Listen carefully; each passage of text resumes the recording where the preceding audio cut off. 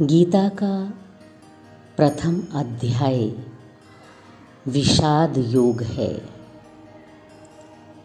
ये विषाद क्या है, इसका क्या अभिप्राय है, ये ज़रूर समझ लेना चाहिए। और ये विषाद किन किन परिस्थितियों में इंसान को होता है। विषाद का अर्थ है दुख, चिंता। जैसे जब महाभारत का युद्ध आरंभ हुआ तब अर्जुन ने भगवान श्री कृष्ण को अपने रथ को आगे ले जाने के लिए कहा, जिससे एक बार वो ये देख ले, ये जान ले कि आखिर युद्ध किसके बीच होगा, युद्ध में कौन कौन लोग हैं। और जब अर्जुन ने ये देखा कि अपने गुरुजन, अपने प्रियजन, अपने आदर्श और अपने बंधु बांधव ही शत्रु पक्ष में हैं, तो अर्जुन को ये सहन ना हो सका। उसके हृदय में घोर निराशा की भावना आ गई।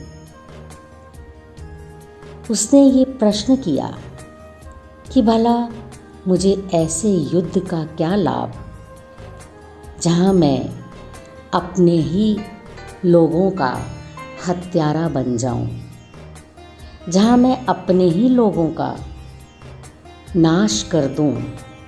भला मुझे ऐसी विजय का क्या लाभ है।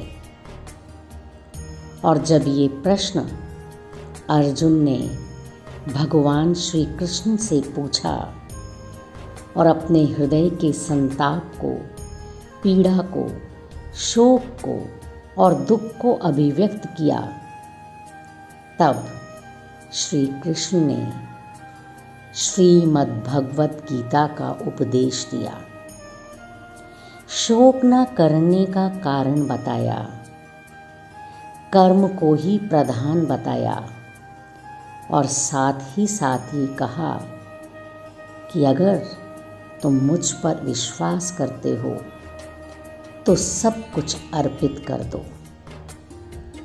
यही जीवन का दर्शन है। जन्म लेने के पश्चात प्रत्येक व्यक्ति के जीवन में कदम कदम पर ये विषाद, दुख, चिंता, पीड़ा, परेशानी सताने लगती है। ठीक वैसे ही जैसे बच्चे का जन्म हुआ और बाद में उसे स्कूल में प्रवेश दिलाना है, माता पिता को चिंता सताने लगती है, कौन से स्कूल में प्रवेश दिलवाया जाए, कौन सा स्कूल बेस्ट है। और जब अपनी इच्छा अनुकूल वो स्कूल नहीं मिल पाता तो मन में वही शोक, वही पीड़ा, वही परेशानी सताने लगती है। बच्चा 11वीं में पहुंच गया, अब उसे कौन से विषय दिलवाने हैं, किन विषयों से वो तरक्की कर सकेगा, क्या उसके लिए उचित है, अनुचित है, यह भी उस समय एक मूल प्रश्न होता है। और कई बार गलत निर्णय लेने पर बार बार इंसान परेशान होता है कि मैंने गलत स्ट्रीम का चयन कर लिया, गलत विषय का चुनाव कर लिया, ये मेरे अनुकूल नहीं है। उस समय भी वही स्थिति, वही दुख, वही परेशानी, वही छटपटाहट होने लगती है। लेकिन अब क्या किया जाए, अब तो उसके साथ ही आगे चलना पड़ेगा।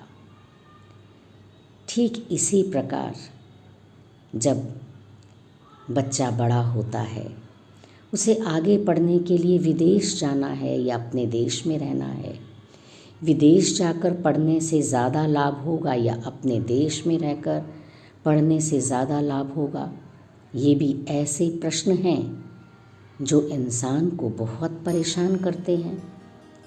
किसी तरीके से धन का प्रबंध करके यदि वो बाहर पढ़ने के लिए चला गया तो मन में ये पछतावा होता है कि मैं अपने वृद्ध माता पिता को छोड़कर इतनी दूर आ गया हूँ, उनका ख्याल कौन रखेगा।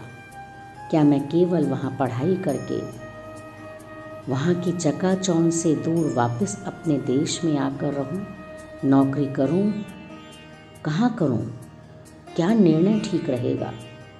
यानी जीवन में कदम कदम पर ये परेशानियाँ, ये संघर्ष सताते ही रहते हैं और इनका निर्णय गलत है या सही ये तो समय ही बताता है।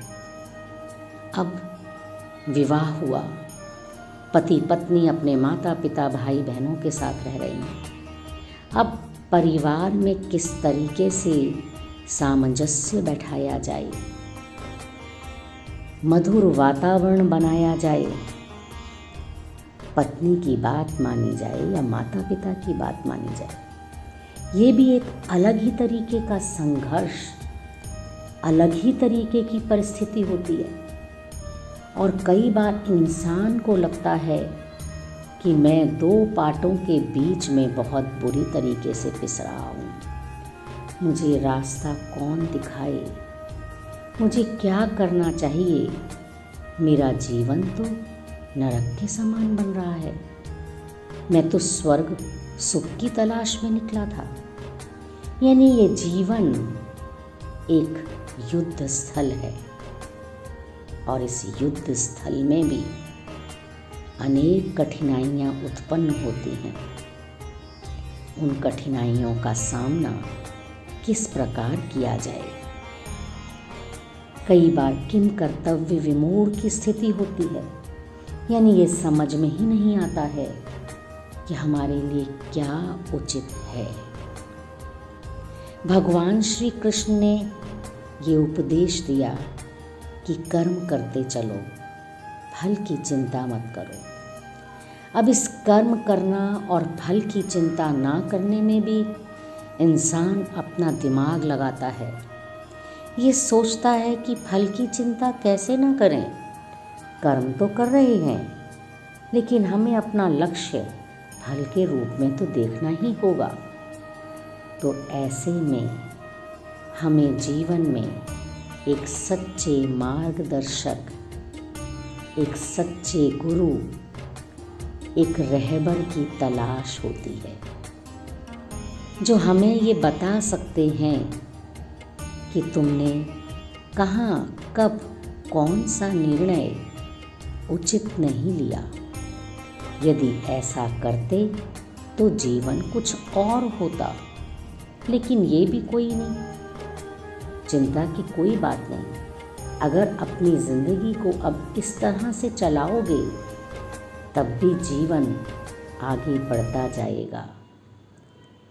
सफलता की सीढ़ी पर चढ़ते चले जाओगे, उन्नति का मार्ग प्रशस्त होता जाएगा।